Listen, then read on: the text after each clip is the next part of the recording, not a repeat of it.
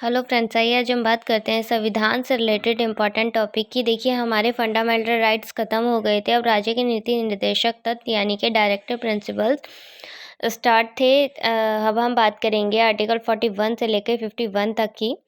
Article 41 क्या कहता है? कुछ दशाओं में काम, शिक्षा व लोक सहायता पाने का अधिकार। तो राज्य सभी के लिए अपनी सामर्थ्य के अनुसार शिक्षा, लोक सहायता, रोजगार पाने का उपबंध करेगा। आर्टिकल 42 क्या कहता है? काम की न्याय संगत व प्रसूति सहायता का उपबंध। राज्य काम की न्याय संगत व प्रसूति सहायता का उपबंध करेगा। आर्टिकल 43 कर्मकारों के लिए निर्वाह मजदूरी आदि। सभी कर्मकारों के लिए उनके कार्यानुसार निर्वाह मजदूरी प्रदान की जाएगी। मीन्स जो भी कर्मकार मजदूर काम करेगा उसे उसके लिए पर्याप्त वेतन दिया जाएगा और अवकाश का संपूर्ण उपभोग सुनिश्चित करने वाली काम की दशाएं।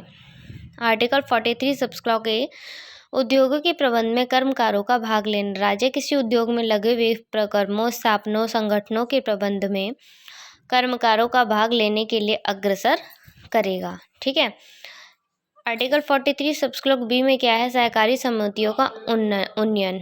राज्य सहकारी समितियों के स्वैच्छिक निर्माण, स्वायत्त कार्यकारण, लोकतांत्रिक नियंत्रण और व्यवसायिक प्रबंध के उन्नयन का प्रयास करेगा। आर्टिकल 44 में नागरिकों के लिए एक समान सिविल संहिता। सभी नागरिकों के लिए एक समान सिविल संहिता का प्रयोग यानी कानून की व्यवस्था की जाएगी। राज्य भारत के समस्त राज्य क्षेत्र में नागरिकों के लिए एक समान सिविल संहिता प्राप्त कराने का प्रयास करेगा।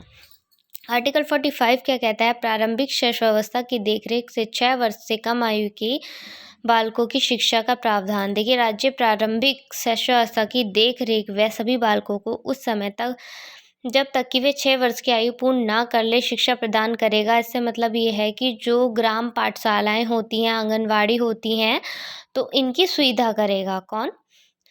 राज्य है। आर्टिकल 45 के अकॉर्डिंग 46 के अनुसूचित जाति, जनजाति व अन्य दुर्बल वर्गों के शिक्षा व अर्थ संबंधी हितों की अभिवृद्धि। इसमें जो एससी और एसटी कास्ट होती हैं या से नीचे की होती हैं उनके लिए शिक्षा व अर्थ संबंधी हितों की अभिवृद्धि के लिए प्रावधान है। चलिए, थैंक्स।